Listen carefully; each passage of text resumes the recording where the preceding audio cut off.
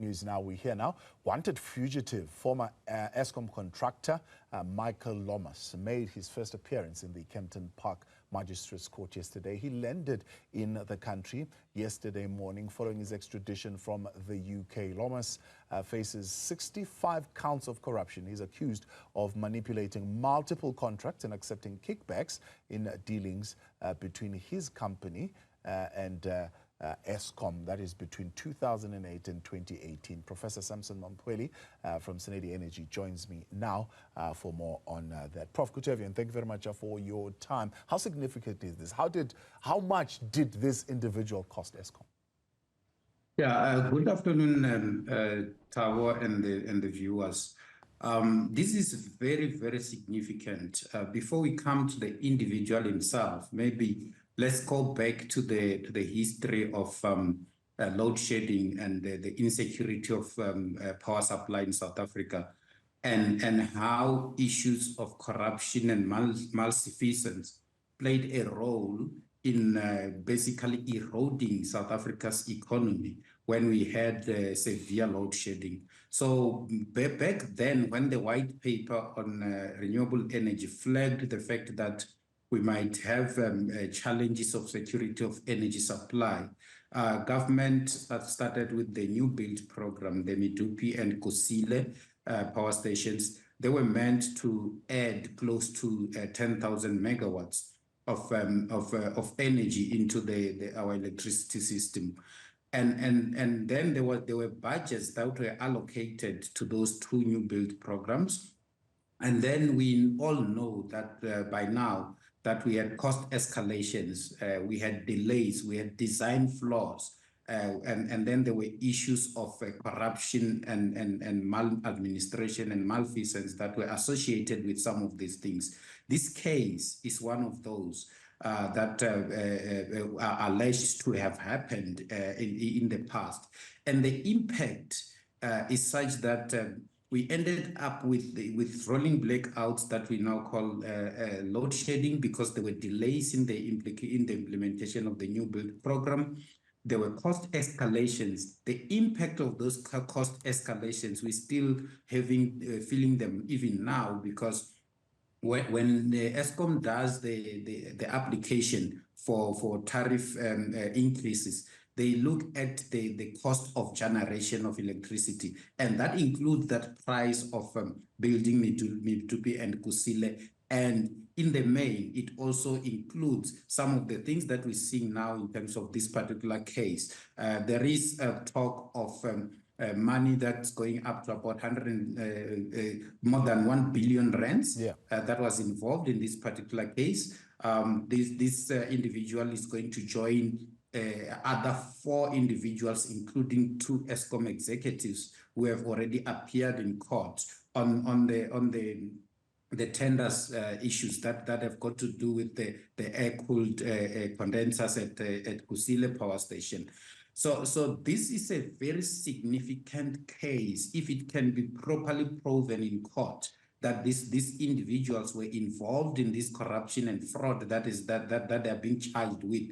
It becomes very important for the South African public to understand some of that government or state-owned state security basically is taking serious some of these cases, because they don't necessarily affect the power stations only, they affect our pockets in terms of the price of electricity that we pay. Prof, help us understand. I mean, as we speak, there was a debate in Parliament about the next tariff increase, and the Minister of Electricity saying it's clear that South Africans, the poor, can't afford this particular increase. But of course, it's a legacy of such things as what we are talking about here.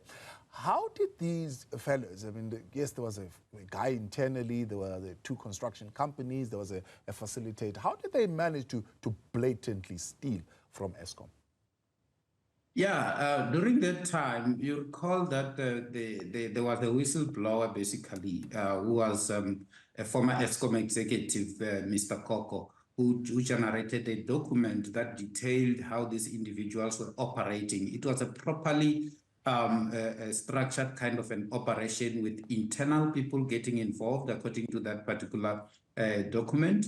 and as well as the contractors who were outside who were also involved in basically spearheading the decisions on which companies should be appointed.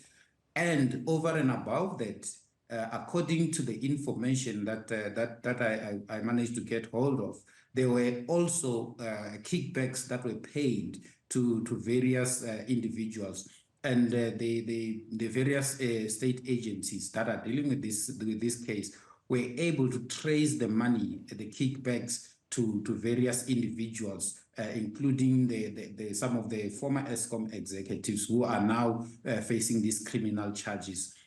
So that's how the entire syndicate was basically taking place in terms of the alleged kind of a charge sheet, and also the allegations that are out there in public. And like I said, when such things happen, it then means that instead of paying a certain price for these components, the prices get escalated, and then we end up paying more than what we should be paying. And then that more that we pay gets recorded as part of the cost of generation of electricity, which is not necessarily the case. The construction of Medupi and Kusile, we saw the costs escalating by more than twice the original budget.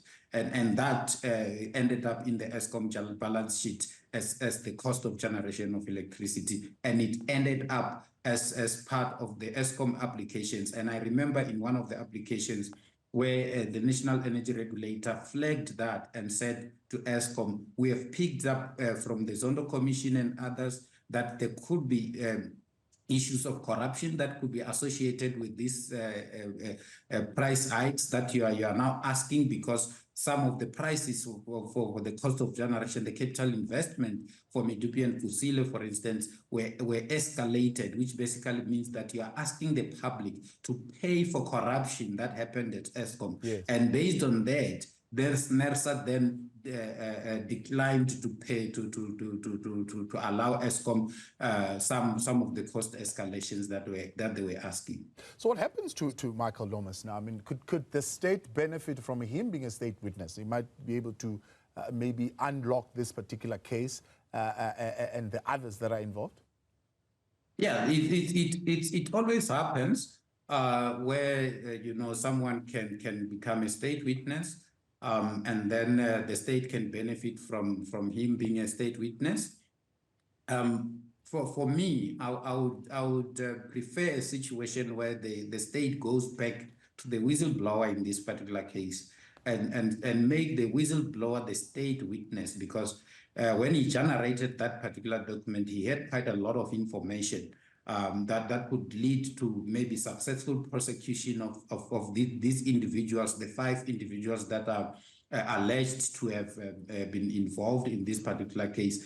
And this will also open up floodgates, so to speak, because once there's successful prosecution of these individuals, the state can be able to do further investigations that can lead to further arrests.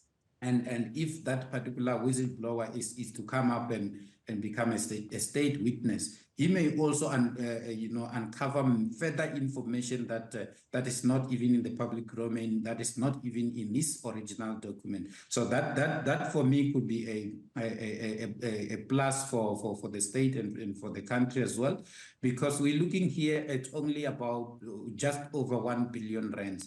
And we know from that the cost escalations were more than twice. We're looking at 180 billion or so. And the question then becomes, what of the other cost escalations? What was happening in those?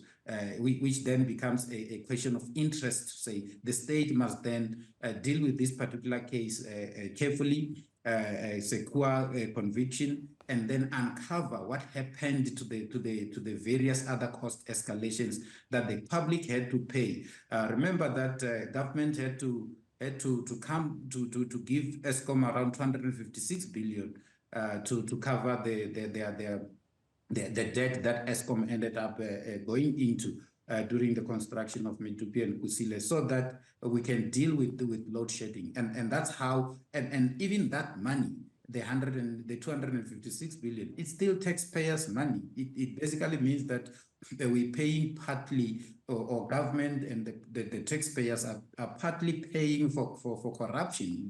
We're paying money that went to individuals' pockets that did not deserve that money. So that's the biggest issue for me.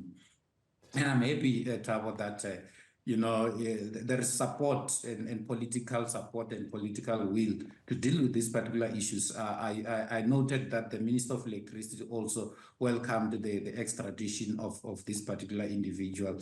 And I know that the President, through his Energy Action Plan, part of the Energy Action Plan as objectives was to deal with corruption at Eskom and maladministration and malfeasance and all that. So through this support that we have on the political side of things, one can only hope that going forward we won't see this kind of things happening. Yeah, I mean, on that score, I mean, is this beginning to reflect that in a country where previously there were no consequences for such actions, finally people are beginning to face up to what they did? Exactly. So there have been quite a number of arrests, even at Eskom, on various kind of cases that involve fraud and some criminal activities. You recall that at some point, the president had to deploy the military at Eskom power stations, and people were asking, what is the military going to do at Eskom power stations? It was kind of the military was basically there to protect people who were busy with investigations. It was not mainly for the military to look at the operations and be able to detect criminal activities at power stations. It was basically to protect the people who were deployed by state security to go and investigate the various cases of fraud and various criminal acts that were happening at various power stations. And that, for me, demonstrate the government will to deal with the particular problem. And that was, like I said, as part of the president's energy action plan. You'll recall that even the police were involved heavily. Even when the president was visiting the various power stations, he was going even with the Minister of Police. People were asking themselves, why is the Minister of Police involved and all that, only to find that it's because of some of these kind of things that the police have had to deal with at Eskom to protect basically the infrastructure, the Eskom infrastructure and the operations, and also to ensure that the acts of criminality are brought to the people who are involved in the acts of criminality are brought to book. And if this case end up in conviction, it will send a very strong message, even to people who may be thinking about continuing with this kind of acts of criminality. That this government is very serious about dealing with this particular issue. And like I said, we have seen the demonstration of the political will. Even with the current Eskom board and the current Eskom management, we have seen that they are very much putting their finger on the pulse when it comes to acts of criminality, and they are dealing with those kind of issues decisively going forward. So this for me, if it comes to a point where these individuals are convicted, without passing judgment on them as well, because they are still innocent until proven guilty, but all evidence is there presented by the state so far to point to the fact that there have been acts of criminality, whether it's these individuals alone or there are other people. We wait to see. Prof, appreciate your time. Let's leave it there. Thanks so much for coming on. Professor Sampson Mamphweli from SANEDI Energy.